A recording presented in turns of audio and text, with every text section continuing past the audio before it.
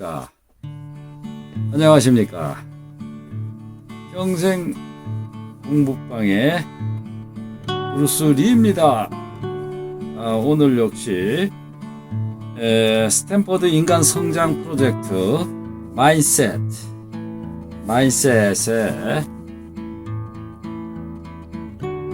보이시죠? 관한 시간입니다. 세 번째 시간입니다.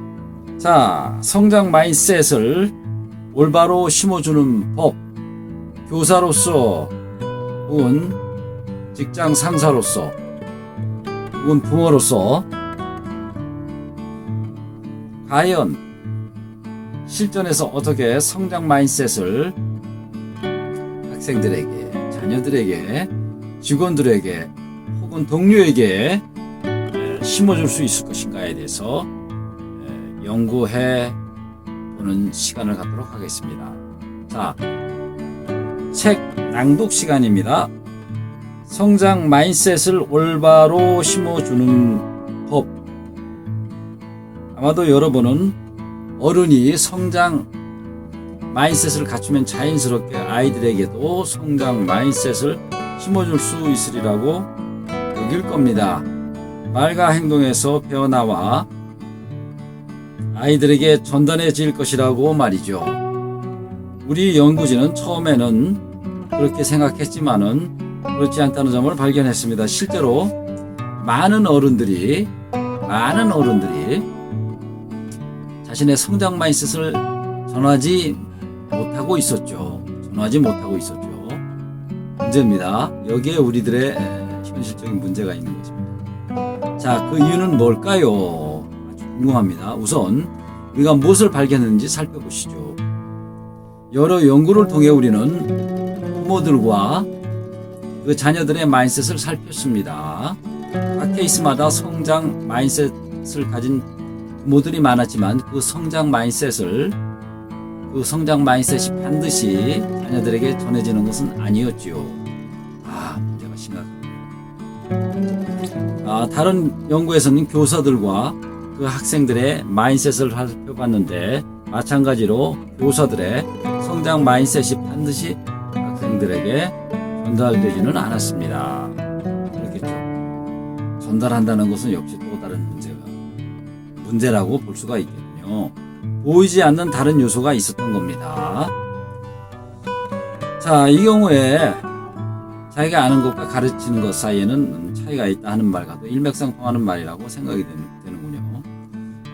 물론 이들 부모나 교사들이 가짜 성장 마인셋을 가졌기 때문일 수도 있습니다. 하지만 그 외에도 우리 연구진은 다른 흥미로운 사실을 발견할 수 있었지요.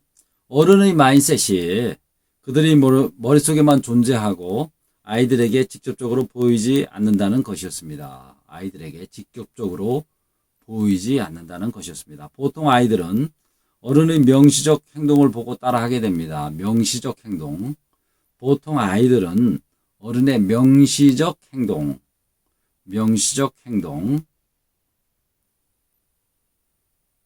필기하십시오. 명시적 행동을 보고 따라하게 됩니다. 하지만 안타깝게도 이런 행동들이 정작 어른들이 머릿속에 있는 성장 마인셋과 일치하지 않는 경우가 많았지요. 어른들의 성장 마인셋과 일치하지 않는 경우가 많았지요.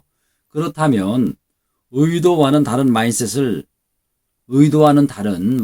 실어 나르는 행동들은 무엇일까요? 자, 의도와는 다른 마인셋을 실어 나르는 행동들은 무엇일까요? 그리 놀랍지 않게도 그 첫 번째는 칭찬입니다. 부모의 칭찬은 아이의 마인셋을 형성하지요. 그런데 이 칭찬이 부모의 마인셋과 반드시 일치하지 않는다는 점이 흥미롭습니다. 성장 마인셋을 가진 부모들도 자녀를 칭찬할 때는 아이의 학습 과정을 중시해야 한다는 점을 아이의 학습 과정 중요합니다. 필기하십시오. 학습 과정을 중시해야 한다는 점을 무시하고 그저 자녀의 능력을 그저 자녀의 능력을 칭찬하는 경우가 있습니다. 그저 자녀의 능력을 칭찬해서는 안 되는 것이죠. 깜빡깜빡 잊어먹을 수가 있습니다. 아이들에게 똑똑하다고 말해주면 아이들의 자신감이 높아진다는 생각을 떨쳐버리기가 힘든 것이죠. 자, 두 번째는 아이의 실수나 실패에 대해서, 이게 중요한 겁니다. 두 번째는 아이의 실수나 실패에 대해서 어른이 대응하는 방식입니다. 어른이 대응하는 방식. 실수나 실패에 대해서. 난감하겠죠. 이 경우에. 자, 기대됩니다. 어떤 그 해결책을, 이 저자는 캐럴 드웩은 내놓고 있을까요? 궁금합니다. 자, 읽어보겠습니다. 짜잔. 아이가 어려움을 겪는데 부모가 자녀의 능력에 대해 불안이나 우려를 표명하게 되면 중요합니다. 아이의 고정 마인셋이 강화되는 결과를 알 수가 있습니다. 불안이나 우려를 표명해서는 안 되는군요. 주의를 해야 된다는군요. 자, 고정 마인셋을 강화하는 결과를 알 수가 있습니다. 부모로서는 아이의 실패를 보듬으려는 행동이겠지만 바로 그것이 결국 실패를 부각시키게 되는 겁니다.